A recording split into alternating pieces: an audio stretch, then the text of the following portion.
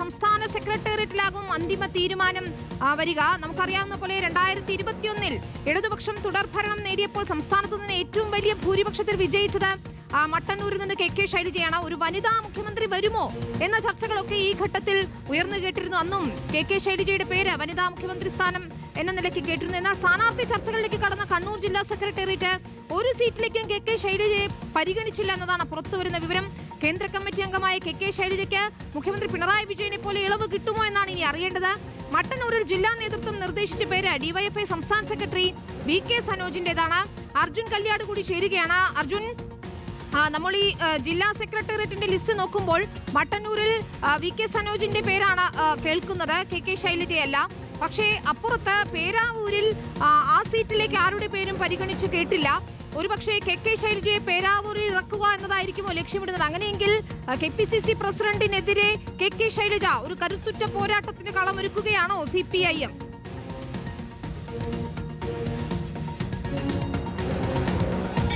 വിനീത, ഇപ്പോൾ കഴിഞ്ഞ ദിവസം ചേർന്നിട്ടുള്ള CPIM-ന്റെ കണ്ണൂർ ജില്ലാ സെക്രട്ടേറിയറ്റ് യോഗമാണ് പ്രാഥമികമായിട്ടുള്ള ഒരു ധാരണ ഉണ്ടാക്കിയിട്ടുള്ളത്. ആ ധാരണ എന്ന് പറയുമ്പോൾ സിറ്റിംഗ് MLA-മാരായിട്ടുള്ളവർക്കെല്ലാം അതത് സീറ്റ് തന്നെ ഉറപ്പിച്ചു നൽകുക. അതിൽ ആകെ മാറ്റി നിർത്തപ്പെടുന്ന അല്ലെങ്കിൽ താൽക്കാലികമായി തന്നെ സംസ്ഥാന സെക്രട്ടേറിയറ്റിൻ്റെയും സംസ്ഥാന കമ്മിറ്റിയുടെയും ഒക്കെ പരിഗണനയിലേക്ക് നിർദ്ദേശിച്ചിട്ടുള്ളത് 2 മണ്ഡലങ്ങളാണ് പ്രധാനമായും. ഒന്ന് ഈ പറയുന്നത് പോലെ കെ ശൈലജ മത്സരിച്ചിട്ടുള്ള മട്ടന്നൂർ നിയോജക മണ്ഡലമാണ്, മറ്റൊന്ന് തലശ്ശേരിയാണ്. അതിനു പുറമെ PB അംഗമായിട്ടുള്ള പാർട്ടിയിലെ ഏറ്റവും പ്രധാനപ്പെട്ട ക്രൗഡ് പുള്ളർ എന്ന രീതിയിൽ വിശേഷിപ്പിക്കാവുന്ന CPM-ന്റെ മുഖ്യമന്ത്രിയായിട്ടുള്ള പിണറായി വിജയന്റെ ധർമ്മടം മണ്ഡലമാണ്. ഈ 3 മണ്ഡലങ്ങളിലാണ് പ്രധാനമായും ഈ പറയുന്ന 2 ടേം വ്യവസ്ഥ എന്നുള്ള കാര്യം വരുമ്പോൾ അതിനകത്ത് ഒരു പുനർവിചിന്തനത്തിന് ജില്ലാ സെക്രട്ടേറിയറ്റ് തുനിയേണ്ടത്. ആ കാര്യത്തിലാണ് ശൈലജയെ മാറ്റിക്കൊണ്ട് വി.കെ. സനോജിന്റെ പേര് മട്ടന്നൂരിൽ നിർദ്ദേശിച്ചിരിക്കുന്നത്.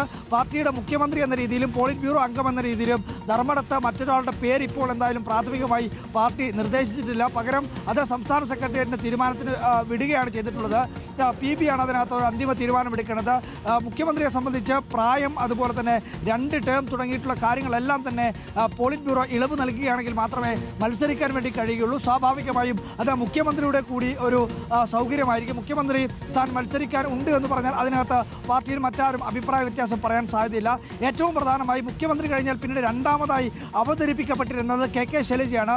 കെ ശൈലജയെ എന്തായാലും മട്ടന്നൂരിൽ നിന്നും മാറ്റുന്നതിന് വേണ്ടി, അല്ലെങ്കിൽ മട്ടന്നൂരിൽ കെ ശൈലജയെ മാറ്റി വി.കെ. സനോജിനെ ഡിവൈഎഫ്ഐയുടെ ഒരു യുവമുഖം എന്ന രീതിയിൽ അവതരിപ്പിക്കാൻ വേണ്ടി പറ്റുന്ന ഒരു സ്ഥാനാർത്ഥിയാണ് വി.കെ. സനോജ്. പക്ഷേ ഇപ്പോഴും ഒരു ആശങ്കയായി നിൽക്കുന്നത്, അല്ലെങ്കിൽ പാർട്ടി പ്രവർത്തകർക്കിടയിലും ഒരു ആകുലത സൃഷ്ടിച്ചിട്ടുള്ളത്, കെ ശൈലജയെ പോലെ വലിയ രീതിയിൽ ജനപ്രീതിയുള്ള ഒരാളെ ഒഴിവാക്കുകയാണെങ്കിൽ സ്വാഭാവികമായും അത് മറ്റൊരു തലത്തിൽ വ്യാഖ്യാനിക്കപ്പെടാൻ ഇടയാക്കും. അതുകൊണ്ട് തന്നെ മട്ടന്നൂരിൽ നിന്നും കെ ശൈലജയെ മാറ്റിക്കഴിഞ്ഞാൽ അവർക്ക് പര്യാപ്തമായ രീതിയിൽ ഒരു മത്സരം നടത്തി, ഒരു കോമ്പറ്റീഷൻ നടത്തി തിരിച്ചുപിടിക്കാൻ വേണ്ടി കഴിയുന്ന, അല്ലെങ്കിൽ LDF-ന്റെ അക്കൗണ്ടിലേക്ക് ചേർക്കാൻ വേണ്ടി കഴിയുന്ന ഒരു മണ്ഡലത്തിലേക്ക് അവരെ പരിഗണിക്കണം എന്നുള്ള കടുത്ത ആവശ്യം പാർട്ടി പ്രവർത്തകർക്കിടയിലുണ്ട്, അണികൾക്കിടയിലുണ്ട്.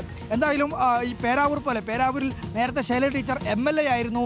ആ ഘട്ടത്തിൽ, അല്ലെങ്കിൽ അത് ആ സമയത്തുണ്ടായിരുന്ന ജനപിന്തുണയും ജനങ്ങൾക്കിടയിലുള്ള സ്വാധീനവും ഒക്കെ പരിഗണിച്ചുകൊണ്ട് ഇപ്പോൾ KPCC അധ്യക്ഷൻ സണ്ണി ജോസഫിനെതിരെ തന്നെ മത്സരിച്ചാലും വിജയിപ്പിക്കാൻ വേണ്ടി കഴിയും എന്നുള്ള ചില ആത്മവിശ്വാസം പ്രകടിപ്പിക്കുന്ന നേതാക്കൾ പോലും കണ്ണൂർ ജില്ലയിലുണ്ട്. അപ്പോൾ സ്വാഭാവികമായും കെ ശൈലജയെ പേരാവൂരിലേക്ക് പരിഗണിച്ച്, അതായത് നിലവിലിപ്പോൾ UDF-ന്റെ അക്കൗണ്ടിലുള്ള ഒരു സീറ്റ് കെ ശൈലജയെ പോലെ വളരെ പ്രധാനപ്പെട്ട, വളരെ ജനകീയ മുഖമുള്ള ഒരാളെ നിർത്തിക്കഴിഞ്ഞാൽ സണ്ണി ജോസഫിനെ പരാജയപ്പെടുത്തി പോലും ആ മണ്ഡലം തിരിച്ചുപിടിക്കാൻ വേണ്ടി കഴിയും എന്നുള്ള ആത്മവിശ്വാസം ചില നേതാക്കൾക്കുണ്ട്. അതുകൊണ്ട് തന്നെ പേരാവൂരിൽ പരിഗണിക്കണം എന്നുള്ള ആവശ്യമാണ് പ്രധാനമായും ഉയരുന്നത്.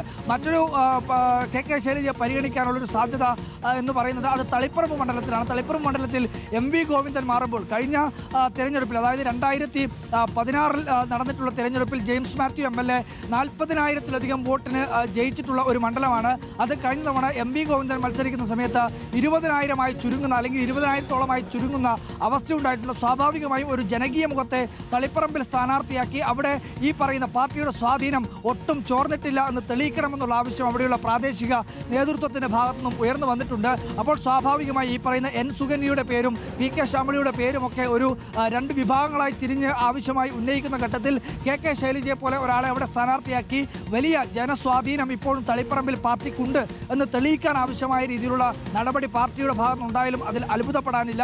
പക്ഷേ ഏറ്റവും പ്രധാനമായി കെ ശൈലജ മത്സരിക്കണമോ വേണ്ടയോ എന്നുള്ള കാര്യത്തിൽ അന്തിമ തീരുമാനമെടുക്കേണ്ടത് പാർട്ടിയുടെ കേന്ദ്ര കമ്മിറ്റിയാണ്, സംസ്ഥാന സെക്രട്ടറിയാണ്, സെക്രട്ടേറിയറ്റാണ്. അതിനകത്ത് ഇപ്പോൾ ഒരു തീരുമാനം ഉണ്ടായിട്ടില്ല എന്നുള്ളതാണ് മനസ്സിലാക്കുന്നത്. ജില്ലാ സെക്രട്ടറി സെക്രട്ടേറിയറ്റിലുള്ള പ്രാഥമിക ധാരണ മാത്രമാണിത്. ഈ നിർദ്ദേശം സംസ്ഥാന സെക്രട്ടേറിയറ്റിൽ അതിനുശേഷം സംസ്ഥാന കമ്മിറ്റിയിലുമൊക്കെ അവതരിപ്പിക്കും.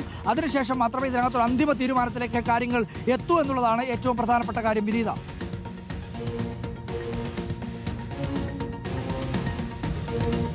ശരി, അങ്ങനെ കെ ശൈലജയെ ഇപ്പോൾ മട്ടന്നൂരിൽ നിന്ന് മാറ്റുന്നു എന്നുള്ളതാണ്. ടു ടൈം മാനദണ്ഡം പരിഗണിച്ചുകൊണ്ടാണോ ഈ മാറ്റം എന്നാണ് അറിയേണ്ടത്. ഇനി അടുത്ത മണ്ഡലമായി പേരാവൂരോ തളിപ്പറമ്പോ പരിഗണിക്കുമോ?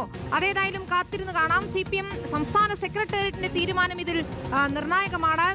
മുഖ്യമന്ത്രി പിണറായി വിജയൻ ധർമ്മടത്ത് മത്സരിക്കുമോ എന്ന കാര്യത്തിൽ CPM-ന്റെ പോളിറ്റ് ബ്യൂറോയാണ് തീരുമാനമെടുക്കേണ്ടത്.